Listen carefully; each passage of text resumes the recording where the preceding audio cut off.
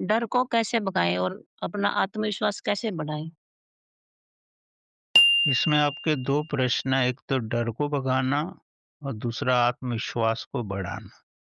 हाँ जी, पहले तो आपको ये समझना है कि डर किस बात का है।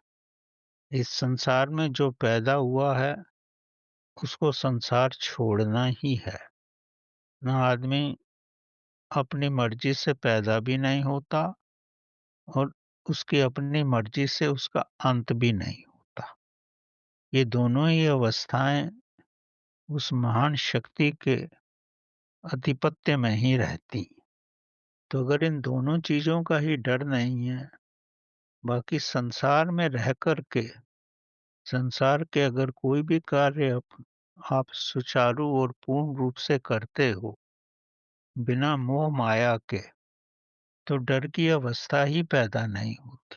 हाँ, अगर आपके पुराने कर्मों के अनुसार आपको कष्ट पाना लिखा है, तो वो तो कष्ट आप फिर पाओगे ही।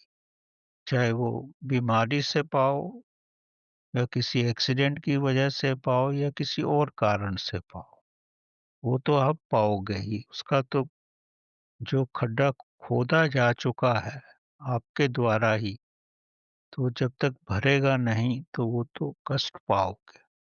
बाकी जीना मरना तो प्रभु के अधिकार में है। किसी वक़्त भी कुछ भी हो सकता है और बाकी शरीर ही जाता है, आत्मा तो नहीं जाती। आत्मा तो आपकी इच्छाओं और वासनाओं पर है। अगर आप इच्छा रहित और वासना रहित हो, तो फिर इस संसार में आपका जन्म नहीं होगा। अगर आपके अंदर लेश मात्र भी कोई इच्छा है या कोई वासना है, तो ये जन्म फिर से होगा। और जब तक आप अपने आप को शून्य नहीं कर पाओगे, तब तक ये जन्म होता ही रहेगा। तो इसमें भय की कोई बात ही नहीं है, क्योंकि जीवन और मरण तो प्रभु के अधिकार में है। बाकी संसार में अगर आपके कोई कर्मों का कोई संबंध नहीं है, तो संसार में आप शांति से जी पाओगे।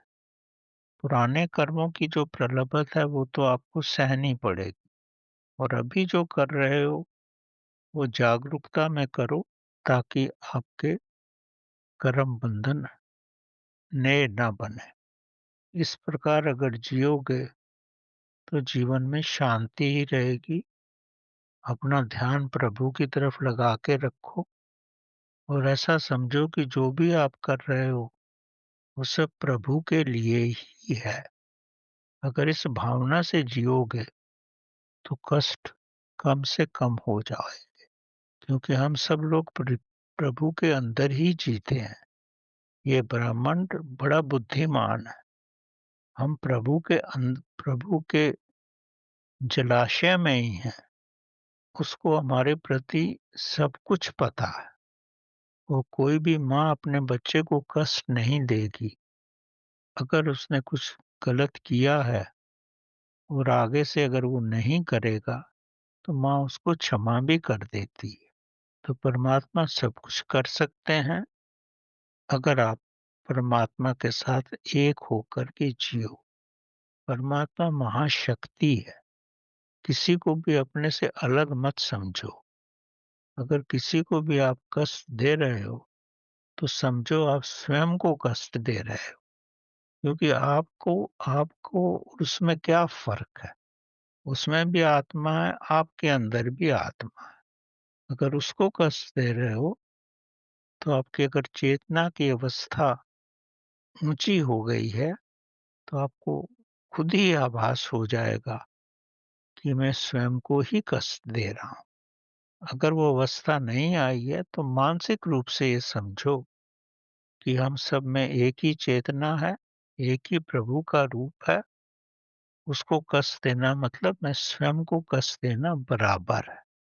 जीवन में भी ये देख लो, अगर आपने किसी को कष्ट दिया है, तो थोड़े वक़्त के बाद आपके जीवन में किसी न किसी रूप में वो कष्ट रिफ्लेक्ट होकर के आ जाएगा।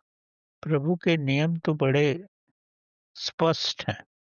हम चूँकि उसको समझ नहीं पाते हैं, इसलिए ही कष्ट में रहते।